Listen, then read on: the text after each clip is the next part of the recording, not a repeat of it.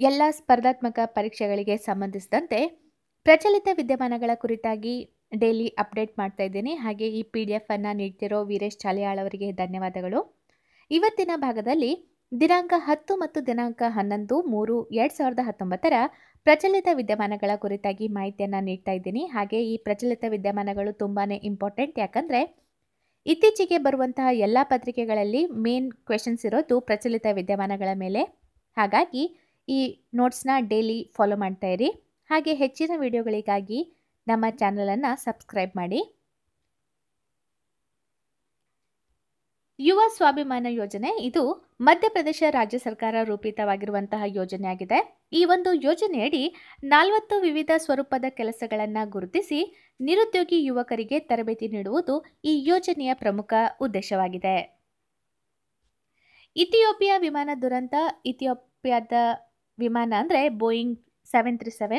ಇದು Ethiopian airlines ವಿಮಾನವಾಗಿದ್ದು ಇದು ಪತನಗೊಂಡು 157 ಮಂದಿ ದುರ್ಮರಣ ಹೊಂದಿದ್ದರು. ಅದರಲ್ಲಿ 4 ಭಾರತೀಯರು ಸೇರಿ 157 ಮಂದಿ ಈ ವಿಮಾನ ದುರಂತದಲ್ಲಿ ದುರ್ಮರಣವನ್ನು ಹೊಂದಿದ್ರು. ಸೊ ಈ ಇಥಿಯೋಪಿಯಾ ಏರ್ಲೈನ್ಸ್ ಹೋಗುವಂತಹ ಮಾರ್ಗ ಅಂದರೆ ಇಥಿಯೋಪಿಯಾದ ಅಡಿಸ್ ಅಬಬಾದಿಂದ ಕೀನ್ಯಾದ ನೈರೋಬಿಯಾವರೆಗೆ ಹೊರಟ ಮಾರ್ಗ.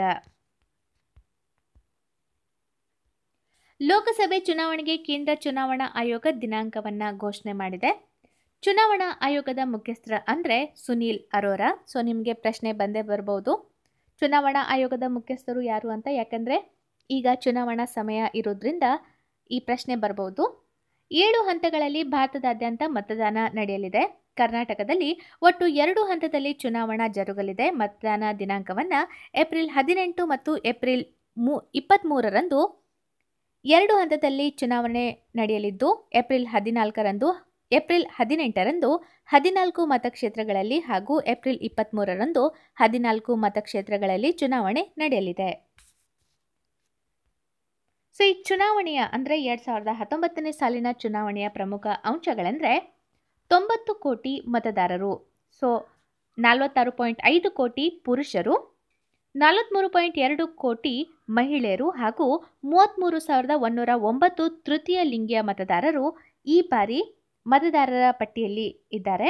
ಹಾಗೆ 1.59 ಕೋಟಿ ಮೊದಲ ಬಾರಿಗೆ ಮತ ಚಲಾಯಿಸಲಿರುವ ಮತದಾರರು ಅಂದರೆ 18ರಿಂದ 19 ವರ್ಷ ಇರುವಂತಹ ಯುವಕರು ಎಷ್ಟಂದರೆ 1.59 ಕೋಟಿ ಜನ ಮೊದಲ ಬಾರಿಗೆ ಮತವನ್ನು ಚಲಾಯಿಸಲಿದ್ದಾರೆ.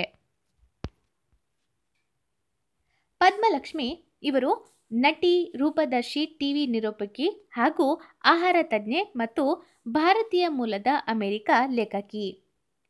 UNDPಯ ನೂತನ ಸದ್ಭಾವನಾ ರಾಯಭಾರಿಯಾಗಿ ಪದ್ಮಲಕ್ಷ್ಮಿ ಅವರನ್ನು ಆಯ್ಕೆ ಮಾಡಲಾಗಿದೆ. ಹಾಗೆ UNDP ಬಗ್ಗೆ ಸಂಕ್ಷಿಪ್ತ ಮಾಹಿತಿ ಅಂದರೆ UNDP full form United Nations Development Programme. ಇದು ಸ್ಥಾಪನೆಯಾಗಿದ್ದು 1965ರಲ್ಲಿ. ಇದರ ಕೇಂದ್ರ ಕಚೇರಿ ಇರುವುದು ನ್ಯೂಯಾರ್ಕ್ ಸಿಟಿ. ಹಾಗೆ ಇದರ ಮುಖ್ಯಸ್ಥರು ಅಚೀಮ್ ಸ್ಟೇನರ್. ಗೊಂಡಿ ಬುಡಕಟ್ಟು ಜನಾಂಗ. ಈ ಒಂದು ಜನಾಂಗ ಮಧ್ಯಪ್ರದೇಶದಲ್ಲಿ ಕಂಡುಬರುವಂತಹ ಬುಡಕಟ್ಟು ಜನಾಂಗವಾಗಿದ್ದು ಇತ್ತೀಚೆಗೆ ಮಧ್ಯಪ್ರದೇಶ ಸರ್ಕಾರವು ಹೆಚ್ಚಿನ ಈ ಜನಾಂಗ ಪ್ರದೇಶದಲ್ಲಿ ಗೊಂಡಿ ಬುಡಕಟ್ಟು ಭಾಷೆಯಲ್ಲಿ ಶಿಕ್ಷಣ ನೀಡಲು ನಿರ್ಧಾರವನ್ನು ತೆಗೆದುಕೊಂಡಿದೆ. ಅಲ್ ನಗಾಹ ಜಂಟಿ ಮಿಲಿಟರಿ ಸಮರಾಭ್ಯಾಸ 2019. ಸೊ ಭಾರತ ಮತ್ತು ಒಮಾನ್ ದೇಶಗಳು ಈ ಒಂದು ಜಂಟಿ ಸಮರಾಭ್ಯಾಸದಲ್ಲಿ ಭಾಗಿಯಾಗಲಿದೆ. ಇದು ನಡೆಯುವ ಸ್ಥಳ ಅಂದರೆ ಜಬೆಲ್ ಅಲ್ ಖದರ್ ಮೌಂಟೇನ್ಸ್, ಒಮನ್. ಜಬೆಲ್ ಅಲ್ ಅಖ್ದರ್ ಮೌಂಟೇನ್ಸ್. ಈ ಸ್ಥಳದಲ್ಲಿ ಅಲ್ ನಗಾಹ ಜಂಟಿ ಮಿಲಿಟರಿ ಸಮರಾಭ್ಯಾಸ ನಡೆಯಲಿದೆ ಭಾರತ ಮತ್ತು ಒಮಾನ್ ದೇಶಗಳ ನಡುವೆ. ನಾಸಾದಿಂದ 5G ಇಂಟರ್ನೆಟ್ ಒದಗಿಸುವ ಡ್ರೋನ್ ಪರೀಕ್ಷೆಯನ್ನು ನಡೆಸಲಿದೆ. ಸೊ ಈ ಡ್ರೋನ್ ಹೆಸರು ಏನೆಂದರೆ ಹಾಕ್ 30. ಸುಮಾರು 20 ಕಿಲೋಮೀಟರ್ನಿಂದ ಕಾರ್ಯಾಚರಣೆ ನಡೆಸಲಿರುವಂತಹ ಡ್ರೋನ್ ಇದಾಗಿದ್ದು ಕ್ಯಾಲಿಫೋರ್ನಿಯಾದ ಆರ್ಮ್ಸ್ಟ್ರಾಂಗ್ ಫ್ಲೈಟ್ ರಿಸರ್ಚ್ ಸೆಂಟರ್ನಲ್ಲಿ ಪರೀಕ್ಷೆಯನ್ನು ನಡೆಸಲಿದೆ. ಮಲೇಷಿಯಾ. ಸೊ ಅಂತಾರಾಷ್ಟ್ರೀಯ ಅಪರಾಧ ನ್ಯಾಯಾಲಯದ 124ನೇ ಸದಸ್ಯ ರಾಷ್ಟ್ರವಾಗಿ ಮಲೇಷಿಯಾ ಸೇರಿದೆ. ಹಾಗೆ ಇಂಟರ್ನ್ಯಾಷನಲ್ ಕ್ರಿಮಿನಲ್ ಕೋರ್ಟ್ ಬಗ್ಗೆ ಸಂಕ್ಷಿಪ್ತ ಮಾಹಿತಿ ಅಂದರೆ ಇದನ್ನು ಕನ್ನಡದಲ್ಲಿ ಅಂತಾರಾಷ್ಟ್ರೀಯ ಅಪರಾಧ ನ್ಯಾಯಾಲಯ ಅಂತ ಕರೆಯಲಾಗುತ್ತೆ. ಇದು ಸ್ಥಾಪನೆಗೊಂಡಿದ್ದು 17 ಜುಲೈ 1998ರಂದು, ಆದರೆ ಅಧಿಕೃತವಾಗಿದ್ದು 1 ಜುಲೈ 2002ರಲ್ಲಿ. ಇದು ಇರುವಂತಹ ಸ್ಥಳ ಅಂದರೆ ಹೇಗ್, ನೆದರ್ಲ್ಯಾಂಡ್. ಇದರ ಮುಖ್ಯಸ್ಥರು ಚಿಲೆ ಎಬಾಕ್ ಒಸುಜಿ. ಗ್ರೇಟರ್ ನೋಯ್ಡಾ. ಪ್ರಧಾನಮಂತ್ರಿ ನರೇಂದ್ರ ಮೋದಿಯವರು ಪಂಡಿತ್ ದೀನ್ ದಯಾಳ್ ಉಪಾಧ್ಯಾಯ ಪುರಾತತ್ವ ಸಂಸ್ಥೆಯನ್ನು ಗ್ರೇಟರ್ ನೋಯ್ಡಾದಲ್ಲಿ ಉದ್ಘಾಟಿಸಿದರು. ಪೊಲಿಟಿಷಿಯನ್ ಆಫ್ ದ ಇಯರ್ 2018 ಇದಕ್ಕೆ ಆಯ್ಕೆಯಾಗಿದ್ದವರು ಸಾದಿಕ್ ಖಾನ್. ವಿಭಾಗ ಅಂದರೆ political and public life award ವಿಭಾಗದಲ್ಲಿ ಸಾದಿಕ್ ಖಾನ್ ಅವರಿಗೆ ಪೊಲಿಟಿಷಿಯನ್ ಆಫ್ ದ ಇಯರ್ 2018 ಸಾಲಿನ ಪ್ರಶಸ್ತಿ ದೊರೆತಿದೆ. ಸೊ ಇದನ್ನು ಆಯೋಜಿಸಿದವರು ಅಂದರೆ ಏಷಿಯನ್ ವಾಯ್ಸ್.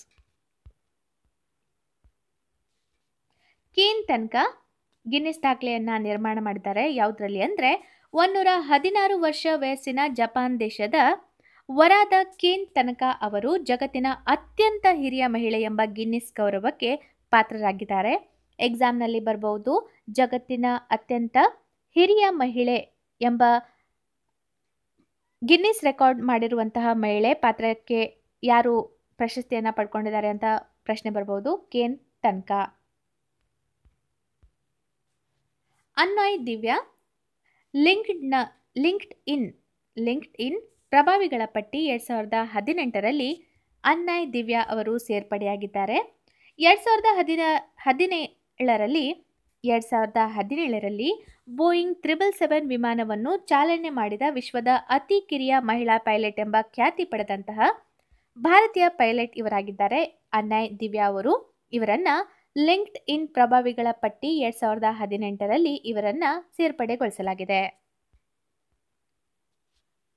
ಮುಖ್ಯಮಂತ್ರಿ ನಗರ ವಲಯ ಅಮೃತ್ ಯೋಜನೆ ಇದು ಉತ್ತರಾಖಂಡ ಸರ್ಕಾರ ರೂಪಿತ ಯೋಜನೆ ಆಗಿದೆ. ಮರಯೂರು ಬೆಲ್ಲ ಜಿಯೋಗ್ರಾಫಿಕಲ್ ಇಂಡಿಕೇಶನ್ ಲಿಸ್ಟಲ್ಲಿ ಬಂದಿದೆ. ಮರಯೂರು ಬೆಲ್ಲ ಎಂಬ ಭೌಗೋಳಿಕ ಚಿಹ್ನೆಯನ್ನು ಕೇಂದ್ರ ಸರ್ಕಾರದಿಂದ ಇಡುಕ್ಕಿ ಜಿಲ್ಲೆ ಇರುವುದು ಕೇರಳದಲ್ಲಿ, ಇದಕ್ಕೆ ಲಭಿಸಿದೆ. ಈ ಒಂದು ಜಿಲ್ಲೆಯು ಕಬ್ಬು ಕೃಷಿಗೆ ಹೆಸರುವಾಸಿಯಾಗಿದೆ. ಮಾಹಿತಿ ತಂತ್ರಜ್ಞಾನ ಕಾರಿಡಾರ್. ಭಾರತವು ಇತ್ತೀಚೆಗೆ ತನ್ನ 3ನೇ ಐಟಿ ಕಾರಿಡಾರ್ ಅನ್ನು ನೆರೆಯ ರಾಷ್ಟ್ರ ಚೀನಾದಲ್ಲಿ ಸ್ಥಾಪಿಸಿದೆ. ಸೊ ಈ ಒಂದು ಕಾರಿಡಾರ್ನಲ್ಲಿ ಚೀನಾ ಮಾರುಕಟ್ಟೆಯಲ್ಲಿ ಭಾರತದ ಸಾಫ್ಟ್ವೇರ್ ಮತ್ತು ಸೇವಾ ಉದ್ಯಮ ಸಂಸ್ಥೆಗಳು ಪ್ರವೇಶಿಸಲು ಸಹಾಯಕಾರಿಯಾಗಲಿದೆ. ಸೊ ವೀರೇಶ್ ಚಾಲಿಯಾಳ್ ಅವರಿಂದ ಕೊನೆಯ ಮಾತು ಅಂದರೆ ಶಿಕ್ಷಣದ ಬೇರು ಅತ್ಯಂತ ಕಹಿ, ಆದರೆ ಅದರ ಫಲ ಜೇನಿಗಿಂತಲೂ ಸಿಹಿ. ಹಾಗೆ ವೀರೇಶ್ ಚಾಲಿಯಾಳ್ ಅವರನ್ನು ಕಾಂಟ್ಯಾಕ್ಟ್ ಮಾಡಬೇಕಾದ್ರೆ ಅವರ ಫೋನ್ ನಂಬರ್ 9035269085.